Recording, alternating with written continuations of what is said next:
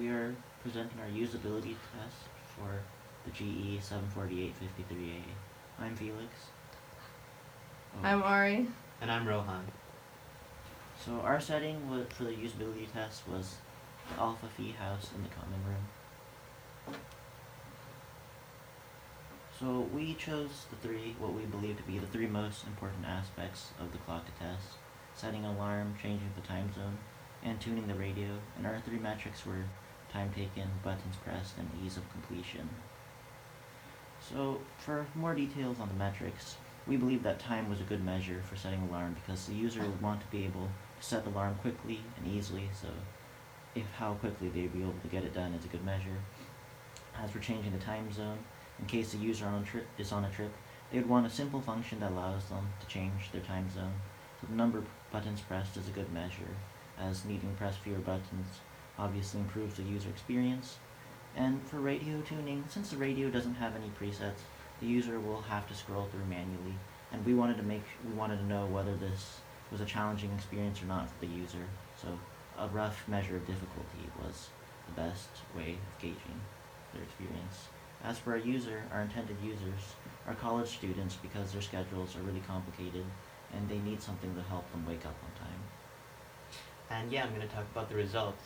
So first we looked up the manual and we tested it out ourselves, and we basically found out the least number of buttons you can press to get the task done, and also the shortest amount of time you can do it in.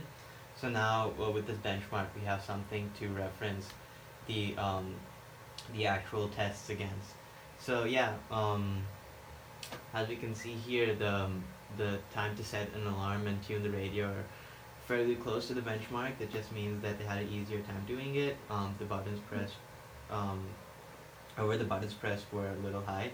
However, the person one wasn't able to change the time zone because she couldn't find the button. And yeah, so that just shows. And again, we can see here, she took a unusual amount of time to change the time zone. Even though it's just the press of one button, so this tells us that it's hard to find, and also she was fairly, and also she took a little bit of time to set an alarm, even though she found the button and the method fairly quickly. It's because it takes a bit of a time for the clock to move back or forward a lot.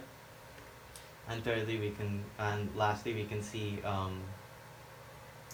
similar pattern here. Okay, so finally I'm going to talk about the findings. So for our conclusions, we noted that it takes a very long time to change the alarm time, and the number of buttons on the alarm clock itself and the lack of clear labeling is intimidating to someone looking at the clock for the first time. Going off of that, the time zone flip was extremely hard to locate on the clock, along with the location for the on-off radio switch.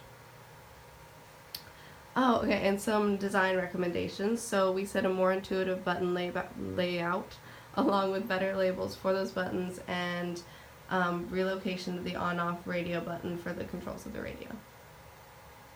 So finally, what we would do differently is we would have a wider variety of users. For this test, we only use girls in the Alpha Phi sorority, and clearly there are more than just those girls in the entire university, so we should represent them as users as well.